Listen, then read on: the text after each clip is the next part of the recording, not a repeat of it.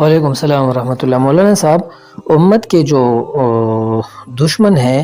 اور امت کے جو علماء اور عوام ہیں وہ ایران کی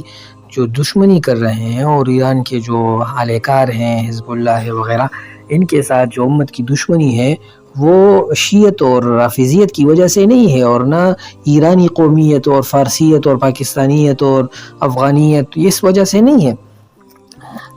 بلکہ اس کی جو بنیادی وجہ ہے وہ ایران کے جرائم ہیں، اور ایران کے جو مسلح گروہ ہیں پاکستان، افغانستان یا دیگر ممالک میں، ان کے جو جرائم ہیں، اور انہوں نے امریکہ کے ساتھ مل کر 2001 میں افغانستان پر جو حملہ دو دعویٰ بولا امریکہ نے ایران کے ساتھ مل کر، ایران کے ملیشیا اور مسلح گروپوں کے ساتھ مل کر، پھر 2003 میں عراق کے ساتھ مل کر، اور پھر ہزاروں شامی سرزمین میں شامی مسلمانوں کے خلاف اور اردنیوں کے خلاف اور امت کے دیگر گروہوں کے خلاف، اور فلسطینی جو نظام ہے اور فلسطینی جو مجاہدین ہیں ان کے خلاف، اور لبنانی مجاہدین کے خلاف، تو یہ جو اس کے خلاف ہے۔ اور جو مسلمان ہیں، حزب اللہ جو اسرائیل کے ساتھ جنگ لڑ رہا تھا 2006 میں، پھر 2008 میں، تو عرب نے اور پوری دنیا کے لوگوں نے، اسلام مسلمانوں نے ان کے حق میں دعائیں کی، اور ان کے یہاں تک کہ جو اس زمانے میں مکہ کا خطیب تھا حرم مکی میں، حرم مدنی میں، وہ ہر جمعہ اس حزب اللہ کے لیے دعائیں کرتا تھا، یہاں تک کہ شام میں اور سوریہ میں کوئی بھی گھر اس طرح نہیں تھا جو حسن نصر اللہ اور حزب اللہ کا نام لے کے ان کے لیے دعائیں نہ کرتا تھا۔ لیکن سارے عرب، اس کے بعد پھر عرب آئے، حزب اللہ کے جو جتنا نقصان ہوا تھا لبنان میں، غزہ میں، ان جنگ 2006 اور 2008 کے جنگوں کے بعد اس کو دوبارہ آباد کیا، لبنان کو، حزب اللہ کے بیسوں کو، ان کے اسپتالوں کو دوبارہ آباد کیا۔ مسلمانوں نے، اہل سنت نے اس کو نہیں دیکھا کہ یہ حسن نصر اللہ کون سا کام کر رہا ہے، یہ کس طائفے سے ہے، یہ شیعہ ہے، یہ لبنانی ہے، اس کو نہیں دیکھا۔ لیکن جو ایران کے جو جرائم ہیں اور ان کے مسلح گروہوں کے جو جرائم ہیں عراق میں، تو اس سے مسلمانوں اور علماء کا کوئی سروکار نہیں۔ لہٰذا جب حزب اللہ مضبوط ہوا اور اس کے جو ذیلی دیگر جماعتیں تھیں وہ مضبوط ہوئی، اور ایران کے نظام میں، ایران میں، شام میں، پھر ایران کی دیگر تنظیمیں مضبوط ہوئی شام میں، تو 2013 میں تو پھر مسلمانوں پر انہوں نے کسی بھی طور پہ مسلمانوں کو کے لیے انہوں نے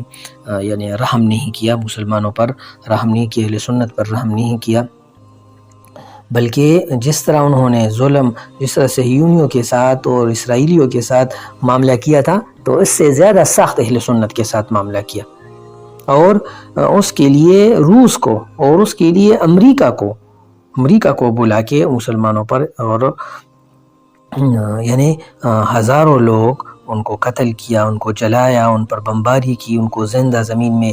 دفن کر دیا، اور اس کے جو یوٹیوب میں آپ ان کے مشاہد دیکھ سکتے ہیں، تقریباً 14 سال تک۔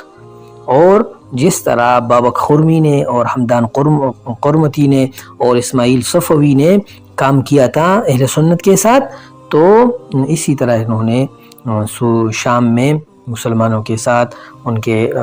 قتل گاہیں بنائیں، جس کو جب تک یعنی قیامت تک، دن رات، جب تک آسمان موجود ہے، دن رات موجود ہے، سورج ڈوبتا ہے اور سورج غروب ہوتا ہے، جو طلوع ہوتا ہے، تب تک پوری دنیا کے مسلمان اس کو یاد کریں گے کہ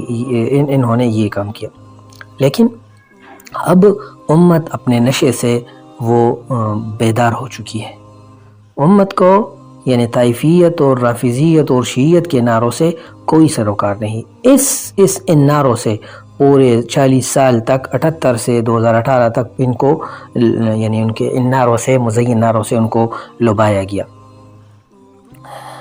یعنی لیکن جو بنیادی چیز ہے وہ ہے اپنوں کے خنجر اور اپنوں کے جو آستین کے سام، ان سے ڈرنا چاہیے۔ لہٰذا